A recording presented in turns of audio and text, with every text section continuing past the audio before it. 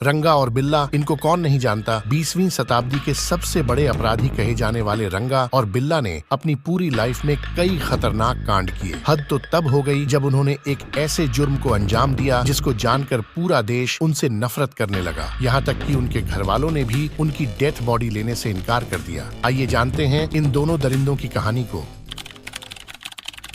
Indian navy के जाने माने कैप्टन मदन मोहन चोपड़ा धौला कुआं में अपनी एक वाइफ और 2 बच्चों के साथ रहते थे। शनिवार 26 अगस्त 1978 को दोनों भाई बहन ओनल इंडिया रेडियो पर युगवानी नामक एक चैनल पर कार्यक्रम में भाग लेने के लिए शाम 6:15 पर घर से निकलते हैं। वहां उनको 7 बजे तक पहुंचना था और फिर कार्यक्रम खत्म होने के बाद 9 बजे वहां उनके पापा वापस उनको लेने वाले थे। कुलानंद नामक व्यक्ति ने उनको धौला कुआं के चौराहा पर देखा था और फिर MS नंदा नाम के एक व्यक्ति ने धौला कुआं से गोले डाक खाना तक लिफ्ट दी। शाम 6:30 पर भगवान दास ने गोले डाक खाना में योग आश्रम के पास सरसों रंग की फिएट कार को वहां से जाते हुए देखा। उस कार में उसने देखा कि एक लड़की ड्राइवर के पीछे वाली सीट पर बैठी है और ड्राइवर के बाल खींच रही है। उसी के साथ ये भी देखा कि लड़की के पास एक लड़का बैठा है जो ड्राइवर के पास वाली सीट पर बैठे शख्स से लड़ रहा है। ये सब देखकर उन्होंने अपने स्कूटर से गाड़ी का पीछा किया, पर अफसोस की गाड़ी हाथ से निकल जाती है।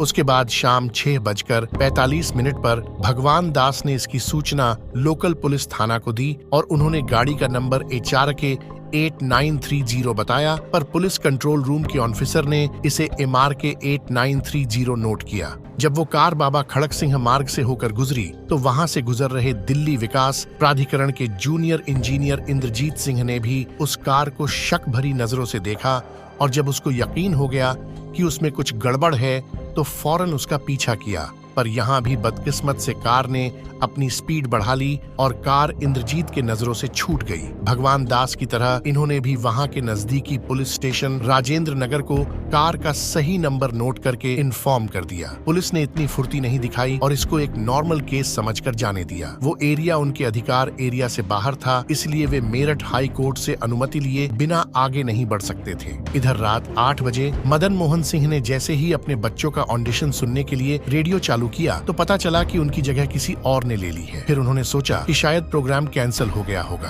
फिर वो अपने दोनों बच्चों को वहां लेने चले गए। वहां से जो जवाब मिला उससे उनके पैरों तले जमीन ही खिसक गई। वहां के एक स्टाफ ने उनको कहा कि उनके बच्चे अभी तक वहां आए ही नहीं हैं। कैप्टन मोहन के मन में कई ख्याल आने लगे कि कहीं दोनों भाई बहन किडनैप तो नहीं हो गए। दरअसल बात ये है कि जिस कार को भगवान दास और इंद्रजीत सिंह ने देखा था उसमें और कोई नहीं बल्कि गीता चोपड़ा, संजय चोपड़ा ही थे। उन दोनों का किडनैप हो गया था। किडनैपर कोई और नहीं, उस समय के खतरनाक मुजरिम रंगा और बिल्ला ही थे। इन सब से बेखबर मदन मोहन सिंह ने अपने दोनों बच्चों को ढूंढना बरकरार रखा। दोनों किडनैपर रात 10:15 पर DHI 280 नंबर की कार में विलिंडन हॉस्पिटल गए क्योंकि बिल्ला के सर पर बहुत गहरी चोट आई थी। उन दोनों ने हॉस्पिटल में अपना एड्रेस और नाम दोनों गलत बताया था।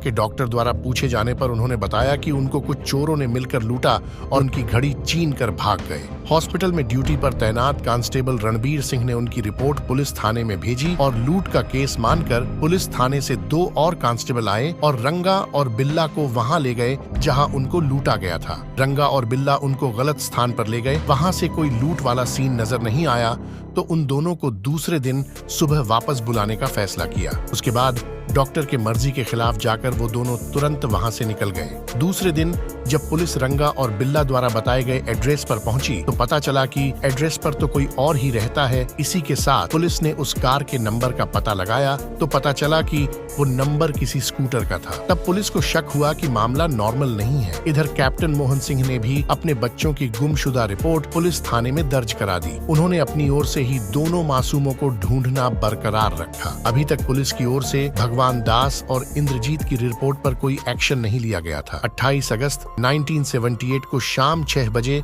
दिल्ली रिज पर एक धनीराम नाम का चरवाहा अपनी गाय चरा रहा था। उसने वहां 2 किसी बच्चों के शव देखे और फौरन पुलिस को सूचना दी। पुलिस ने दोनों डेड बॉडीज को अपने कब्जे में ले लिया। ये बात मदन मोहन सिंह को बताई गई और वो भी अपनी पत्नी को लेकर वहां आ गए। इसके बाद कुछ ऐसा होता है जिसे जानकर आपके पैरों तले जमीन ही खिसक जाएगी। उन्होंने देखा कि वो दोनों कोई और नहीं बल्कि संजय चोपड़ा और उसकी बहन गीता चोपड़ा ही थे। आखिर उनके साथ ऐसा क्या हुआ होगा उस मनहूस रात को। 29 अगस्त को दोनों बॉडीज का पोस्टमार्टम कराया गया। फिर पता चला कि उनका शरीर सड़न की अंतिम अवस्था में है और लड़की के शरीर पर कई चाकू से घाव के निशान हैं और जबड़ा भी टूटा हुआ है। इसी के साथ हल्का हल्का ये भी पता चलता है कि वो यौन उत्पीड़न की शिकार भी हुई है। लड़के की बॉडी से भी यही रिपोर्ट सामने आई कि उसको भी किसी धारदार हथियार से मारा गया है। अब ये सब पता चलने के बाद मदन मोहन सिंह ने फौरन उनके बच्चों के हत्यारों को ढूंढने के लिए पुलिस पर प्रेशर डाला। जब उनको लगा कि पुलिस अपने कार्य में लापरवाही बरत रही है तो उन्होंने मीडिया वालों के पास जाने का फैसला किया। जब ये बात पूरे देशवासियों को पता चली तो यकीन मानिए उस समय इतनी भारी मात्रा में पब्लिक हत्यारों को जल्द से जल्द पकड़ने और फांसी देने की गुहार लगाने लगी कि जैसे निर्भया कांड में हुआ था। अब इस केस ने भी एक विकराल रूप ले लिया था। मीडिया वालों की तरफ से भी दिल्ली पुलिस पर प्रेशर आने के कारण अब ये case sub inspector Om Prakash के हाथों में आ गया था। उन्होंने इस केस को गहराई से स्टडी किया तो पता चला कि हो ना हो भगवान दास ने जो रिपोर्ट दर्ज कराई थी और इंद्रजीत ने जो रिपोर्ट दर्ज कराई थी उन दोनों का कोई न कोई संबंध जरूर है, क्योंकि उन दोनों की रिपोर्ट में सेम कार का जिक्र किया गया है और उन दोनों कारों का नंबर भी एक ही है। बस केवल HRK 8930 की जगह MRK 8930 था। जब इस केस का पता भगवान दास को चला तो उन्होंने भी उन दोनों दरिंदों का स्केच बनाने में मदद की। फिर पुलिस को पता चला कि ये तो रंगा और बिल्ला है जिनको मुंबई पुलिस कई दिनों से ढूंढने की कोशिश में है, पर हर बार नाकाम हो जाती है। इनके खिलाफ कई FIR दर्ज है। तब दिल्ली पुलिस ने इनकी फोटो अखबारों में छपवाई और इनके ऊपर इनाम का प्रावधान भी रखा। दोनों का स्केच देखकर जिस डॉक्टर ने बिल्ला का इलाज किया उसने भी पुलिस की बहुत मदद की। काफी कोशिशों के बाद वो कार मजलिस पार्क में पाई गई और जब कार के मालिक का पता लगाया तो पता चला कि ये कार किसी अशोक शर्मा नाम के एक शख्स की है जो 6-7 सप्ताह पहले चोरी हो गई थी, जिसकी रिपोर्ट भी दर्ज कराई गई थी और उस कार के नंबर कई बार बदले गए हैं। कार की फोरेंसिक रिपोर्ट से पता चलता है कि उस कार में जो बालों के सैंपल मिले हैं वो गीता चोपड़ा के बालों से मैच करते हैं और इसी के साथ कार में खून के धब्बे भी नजर आए जिसका ब्लड सैंपल संजय और गीता के ब्लड सैंपल से मैच होता है और कार के स्टीयरिंग पर जो फिंगरप्रिंट मिले हैं उसके सैंपल हॉस्पिटल में जो बिल्ला का एक्सरे निकाला गया था उससे मैच हो गए।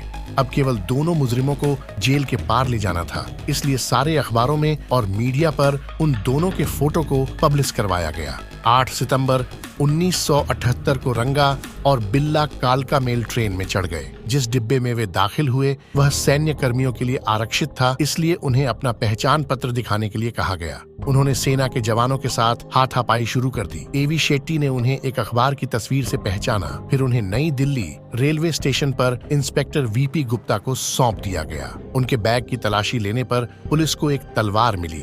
उनके कपड़ों पर खून के धब्बे पाए गए। उनकी जांच करने वाले डॉक्टर को उनकी बाहों और शरीर पर चोट के निशान मिले, जिनमें से कुछ हाल ही में हुई हाथापाई के थे। उन्हें अलग अलग जगह ले जाया गया, जहां पुलिस ने सीतानगर में एक किराए के कमरे से एक तलवार बरामद की जहां वे रह रहे थे। पहले तो हर दोषी की तरह दोनों ने भी निर्दोष होने का दावा किया। बिल्ला ने दावा किया कि वह 25 अगस्त से 1 सितंबर तक बॉम्बे में था, लेकिन जब सारे गवाह और सबूत उनके खिलाफ पेश किए गए तो दोनों ने अपना गुनाह कबूल कर लिया और अपनी पूरी कहानी सुनाई कि वे एक चोरी के केस में पकड़े गए थे। फिर मुश्किल से पुलिस के हाथों छूटकर वे एक अन्य व्यक्ति के साथ कार में सूरत भाग गए। वहां उन्होंने कार छोड़ दी और अहमदाबाद के लिए बस पकड़ ली।